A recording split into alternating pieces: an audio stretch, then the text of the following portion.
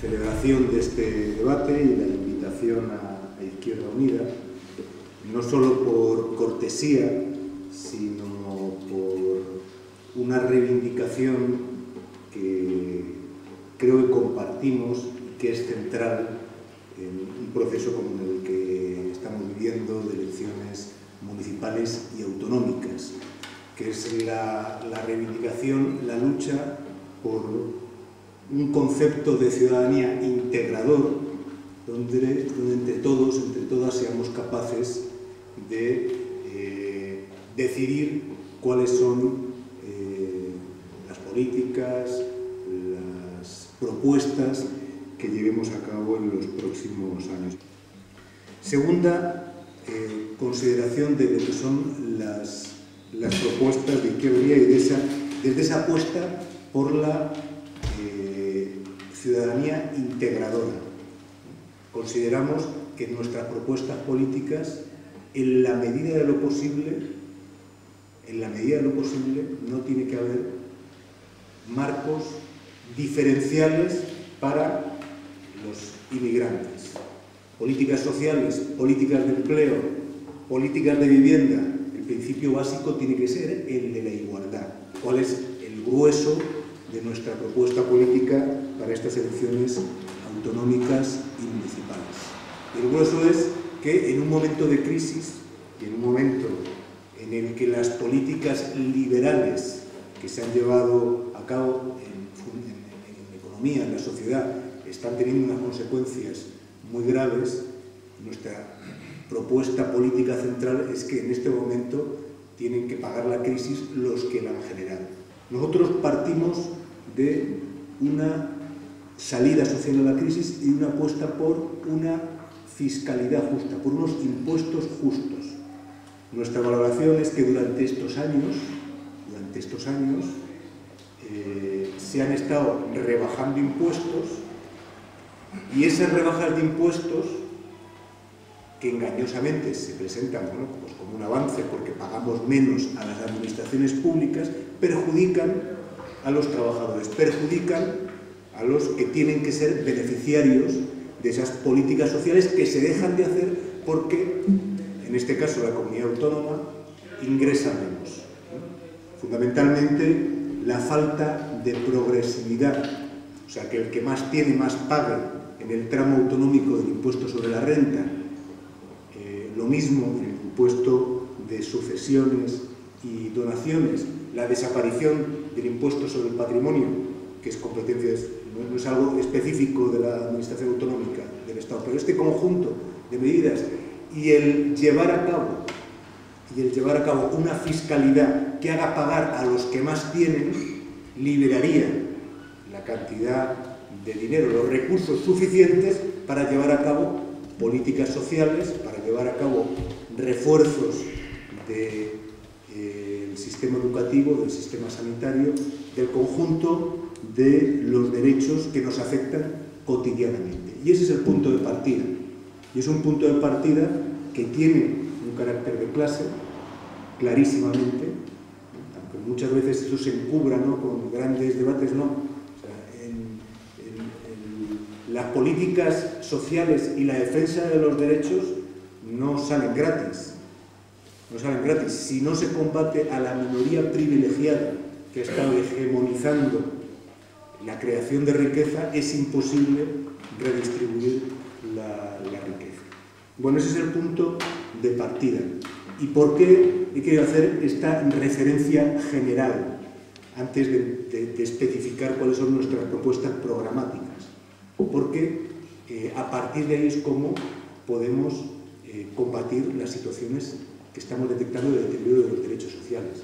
Porque es mentira y es algo que se ha extendido y que incluso socialmente, lamentablemente, estamos perdiendo la batalla, que sea la inmigración el que haga deteriorar la calidad de la enseñanza, o que sea la inmigración lo que haga que no existan suficientes plazas de educación infantil, algo que se ha extendido y que es una falsedad manifiesta. Falsedad, hace poco salía un informe de la Caixa, de la Fundación de la Caixa, creo recordar, de la Caixa, que decía, bueno, una obviedad: los trabajadores, las trabajadoras inmigrantes aportan mucho más a la seguridad social que lo que reciben, entre otras cosas porque entre sus prioridades no pueden permitirse el perder trabajo. Y eso es algo contabilizado económicamente. Pero esto es importante decirlo porque estas carencias y este discurso lo que evidencia es que la inmigración no es la que sea la responsable de esta situación, sino que ha puesto en evidencia las políticas neoliberales que durante años han puesto en peligro todo el sistema público y todos los derechos sociales básicos del conjunto de los trabajadores. La falta de previsión, que evidentemente, si en un plazo de 10 años llegamos a un 17% de población migrante, eso supone que los migrantes tienen hijos como todo hijo de vecino y que pues hacían falta más plazas. Esa falta de previsión y esas políticas que han priorizado otros aspectos han hecho que, con la llegada de una población que se ha incorporado y que por lo tanto también demanda servicios sociales, se ponga en evidencia todas esas políticas que han desatendido los sectores sociales básicos. Por lo tanto, la inmigración pone en evidencia, no es la responsable. La tercera idea que quería plantear. Desde luego, porque creo que además sería una contradicción con esa apuesta por una ciudadanía integradora, hacer un programa específico para inmigración. Desde nuestro punto de vista sería un error. Ahora bien, esto no significa que desde las administraciones públicas, amparándonos en el derecho a la igualdad, no llevemos a cabo acciones de combate a la discriminación real que están sucediendo. Y es ahí donde nosotros nos centramos en las propuestas concretas que dirigimos a la inmigración en nuestro programa.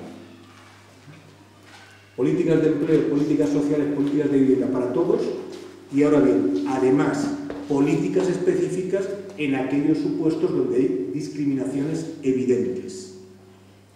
La realidad de la ley de extranjería, que es una mala ley de extranjería y que genera discriminación, que genera además xenofobia, no está en discusión en estas elecciones. Vamos a centrarnos en las políticas autonómicas.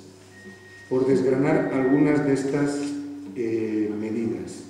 En el ámbito del empleo, desde la comunidad autónoma tiene que hacerse un esfuerzo adicional para fomentar la inscripción de los inmigrantes en las oficinas de empleo competencia de la comunidad autónoma. Es más, ahora un concepto que no nos gusta porque es unidireccional, es el esfuerzo de integración, que nos recuerda mucho al contrato de integración, que no nos gusta y que rechazamos, va a obligar a que las comunidades autónomas valoren la formación de los trabajadores para tres aspectos que son básicos. La renovación de la documentación, el esfuerzo de integración puede ser básico, la reagrupación familiar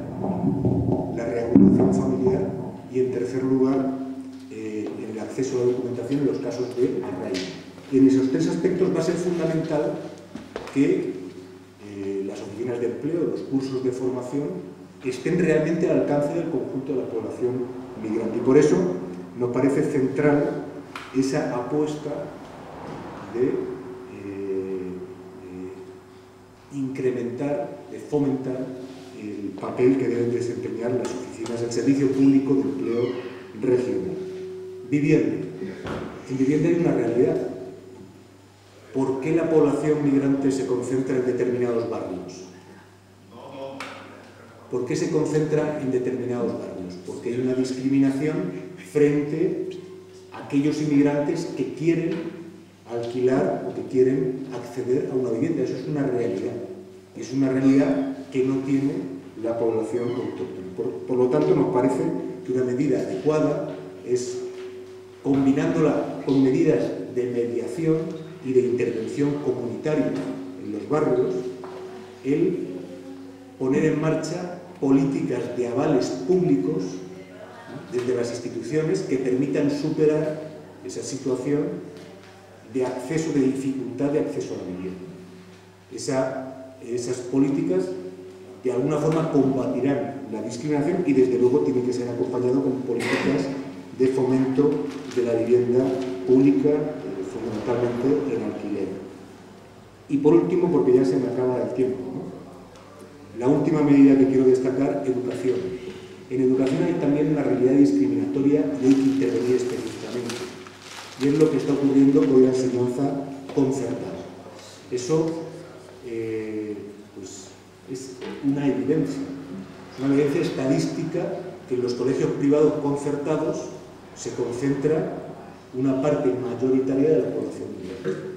Y eso, perdón, los colegios públicos. ¿Y eso por qué se da? Por una discriminación que se está dando de una forma muy evidente. Es cuando los colegios concertados están siendo financiados con dinero público, ¿no? Nosotros insistimos en ese sentido porque es una normativa que ya existe y en todo caso, como sabemos, la normativa, si no hay una voluntad política de inspección, de seguimiento y de sanción, se quedará en nada. Entendemos que la comunidad autónoma tiene que ser inflexible.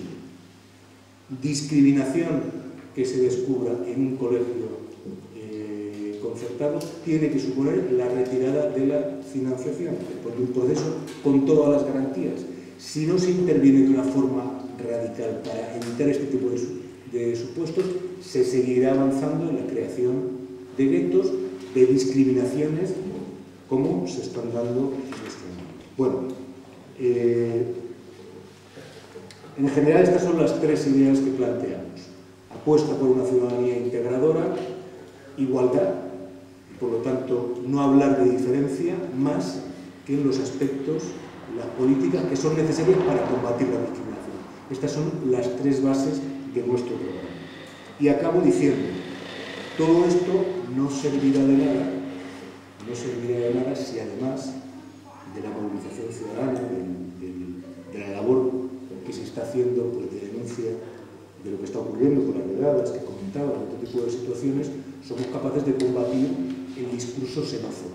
Y para combatir el discurso xenófobo, el racismo rampante, y para que no nos ocurra lo que estamos viendo que está ocurriendo en otros países de Europa, hemos visto en Finlandia, en Suiza, ¿no? Países que hace años eran un poco el reflejo, ¿no? la vanguardia de la tolerancia, de las políticas sociales, de la inclusión. Para evitar esto, tenemos que ser entre todos muy responsables, no solo del discurso, porque el discurso, pues bueno, electoralmente por interés o por falta de interés lo podemos amoldar cuando queramos, ¿no?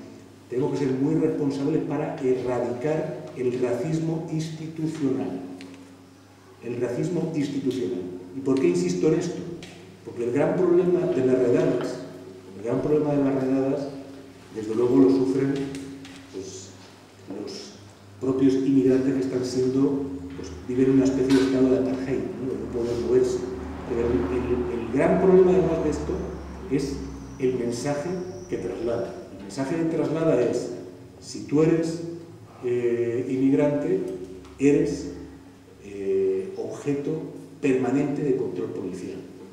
Ergo, pues eres poco menos que un criminal.